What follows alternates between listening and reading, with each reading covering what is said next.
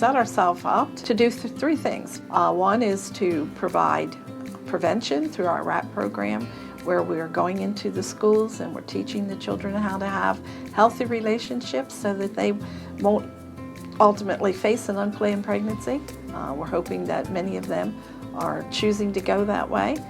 So that is the prevention portion of our ministry.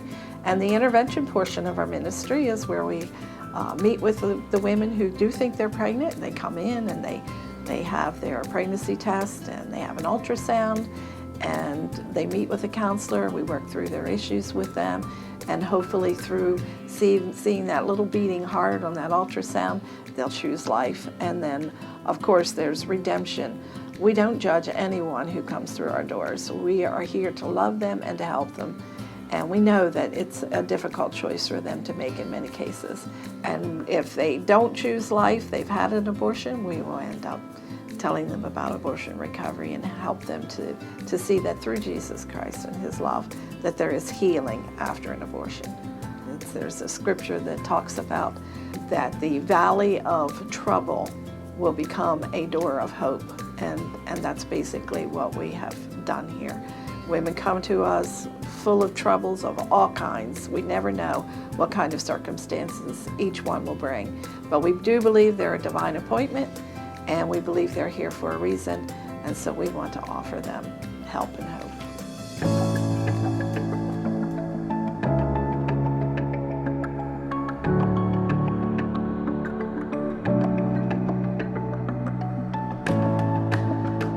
The RAP program, RAP stands for Relationships, Abstinence Education, and Personal Integrity.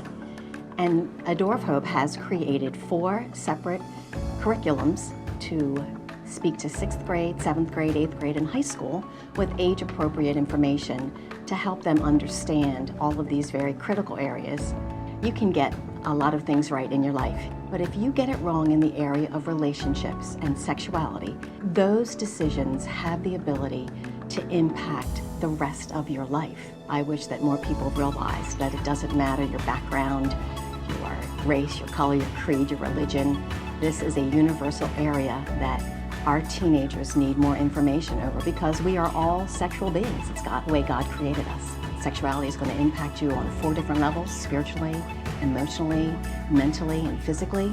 And so in just a day or 2, we have to go in and be able to educate them and then equip them and empower them to be able to make choices when every other venue in their lives is telling them just the opposite.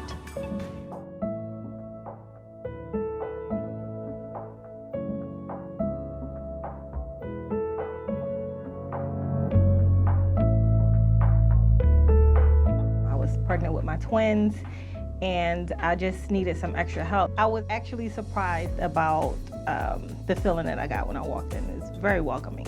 They make me feel like I'm the only person here. Sometimes I have to think like, am I the only one coming to Door of Hope? Because when I walk through the door, I feel like a superstar. It helped me because, at first I wasn't working, and, I couldn't really see my future. Every time I took a class, whether it was a faith-based class or a class for to help me with child development, to learn some new strategies and skills, it was on point. As they poured into me, I was able to kind of learn how to pour into myself. No judgment. I wasn't judged. It's like they kind of knew what I needed before I even said anything.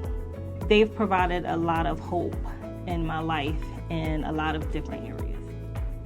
It helped me to be more aware of what hope really is. Is that I hope something good is going to happen, so something good is going to happen. I hope to be treated fairly, so I'm treated fairly. Yes, I hope to learn something today, and I learned something. So I have a new definition now on hope. I like it. I like the word.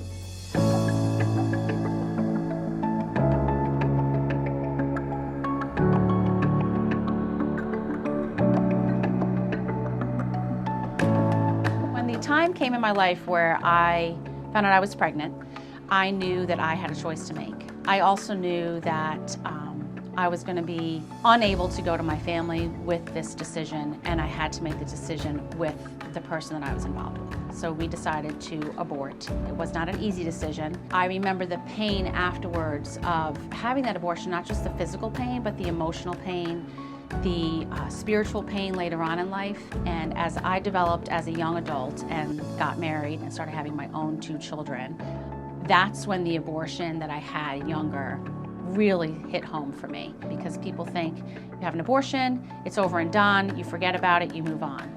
Your body will physically heal from that abortion, but your mind and your spirit take time. And abortion recovery is extremely important. It took years of trying to forgive myself, forgiving those involved. As I grew in my relationship with Christ, God was opening up doors for me to become involved with a pregnancy center. I went back to school and I became a nurse. I found a door of hope and just walked in the door and said, hey, I can do ultrasounds. Do you need somebody that can do ultrasound? I'm able to tell my story to women who are in crises that feel like they have no support. They have people that they can talk to that can help them recover. I like to think that God has purposely put me in this position. He has taken my mess and he's turned it into a big message for women everywhere. And it's just been a huge blessing for me to walk in that.